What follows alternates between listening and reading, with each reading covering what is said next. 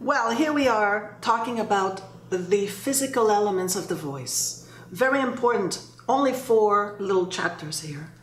We want to understand about the diaphragm, the larynx, the vocal folds, and the muscles. A few of them at least, because there are so many, but at least a few I'd like to discuss. First of all, the diaphragm. The diaphragm is a flat muscle. It is a dome-shaped muscle. This photo here, I love, is from Adam's Pharmaceutical. I love this photo. I found it a long time ago. So, because it shows you clearly how this dome-shaped muscle is inside your body. It's tied from the sternum all the way around at the lower ribs, and it really crosses back and forth. It seals the whole thing between the lungs and the gut. What it is, in fact, is a suction. It sucks the air in. In real life, the diaphragm is used for a couple of things. Let's say you cough. You can feel that it's pushing up because it wants to dislodge whatever is stuck in your lungs, whatever is stuck in your throat. It gives it a pop, and it gives like, it pushes air out. The other thing it does also is that it bears down because it is elastic in both directions. It goes up, it goes down. So it also bears down when you go to the bathroom and you had to evacuate, you force, or if you're giving birth, it's the same thing. It bears down. When you go to your courses to give birth, they say bear down, bear down. It's the diaphragm that bears down. So the diaphragm is really important because it sucks the air in. You want the air to be sucked in by the diaphragm and low into the lungs because you want that air stable. You want to hold the air in the bottom part of your lung. We're going to talk about the breathing, 5 different breathing exercises a bit later on and the different types of breathing. But the diaphragm is a key element about that. It sucks the air in. So when you're out of air completely with the first vocalese, let's say the descending fifth, you go all the way to the end of your air, all the way to the end. So the diaphragm rises up because it's sealing, right? So it rises up, it rises up. Then when you have no more air, you just, if everything is relaxed, the pelvic floor is engaged, you let go, it's going to, because it's elastic, it's going to fall down. And as it falls, it sucks the air in. So that's what we want to develop as we understand our voice more and as we train it to let the air in.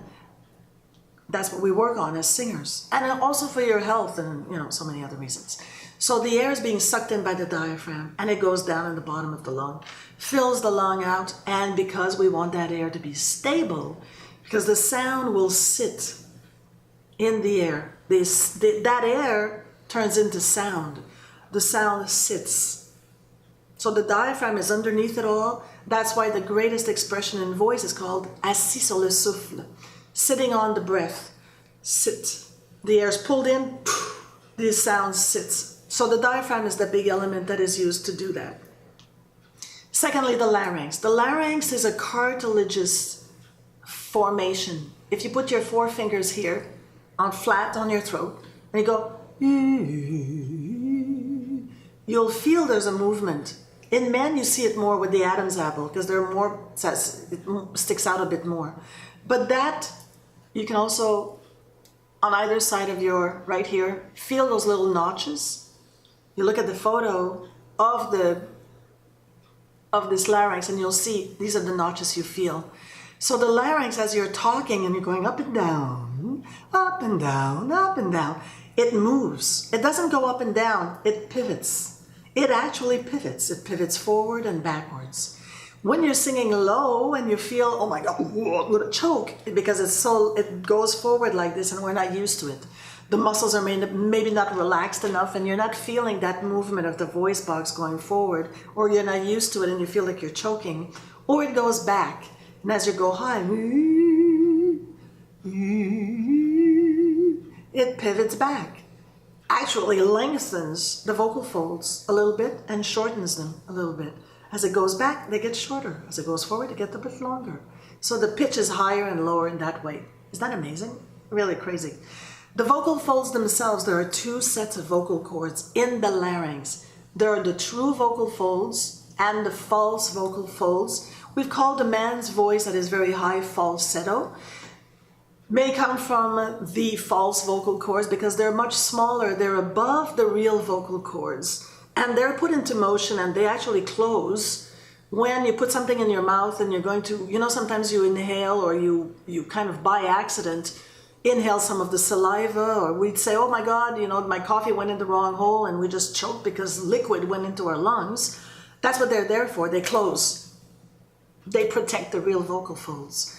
The real ones are underneath, and they are sucked together by what we call the Beverly Effect.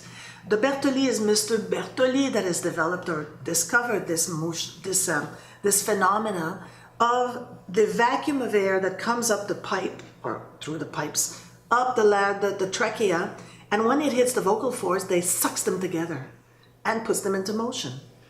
Now, we're going to have a whole chapter on why you sing an E and why you sing different pitches. It's only you thinking that sound, actually, that makes it you sing that pitch.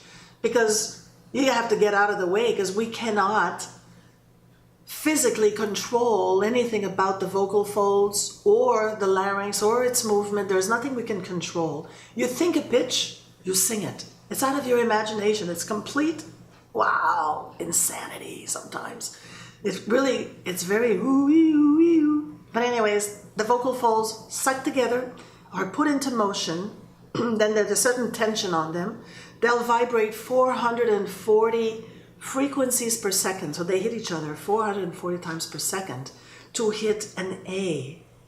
Then the frequency, the speed of vibration is much higher as you go higher and is much lower as you go lower. So the vocal folds are really, really fascinating and wonderful, and they're inside the larynx. Fourth, muscle. Muscle is so important because all this movement of the voice box, all the movement of everything in your neck, that makes that the voice box and the vocal folds vibrating, the air being underneath and everything being controlled, and all has to do with relaxed, no tension muscles. There is one particular muscle called the constrictor muscle. There are three parts. The top, upper part, where it kind of wraps around here, the jaw. Then the middle part kind of wraps around the voice box in here. And then the lower part, more around the shoulders. This muscle is really important. So when we're going to be talking, I will have a video for you of an osteopath showing you how you can self-massage and make sure that all these muscles are tension-free. They have to be tension-free, because if not, you're like singing and the voice box has to do all these different things that you don't have control on. And if the muscle structure around everything is tense, then it can't move. It's stuck like in a girdle. Well, that's why we need to have no tension, tension-free muscles all around. Also the yawning muscle. It starts here and it goes underneath here. And it loops around a little notch on the voice box. So when you're singing really high, like opera singers, they drop their jaw. They have to sing very high because they're going to be pivoting a whole lot, and this muscle has to not be tense. If it's tense, the action of the voice box just can't happen. So the muscles. So we talked about the diaphragm, we talked about the larynx, the vocal folds, and all the muscles. That's the physical elements of the voice. Keep searching around, keep mousing around, and read what I wrote down here. It's not exactly what I'm saying, but hey,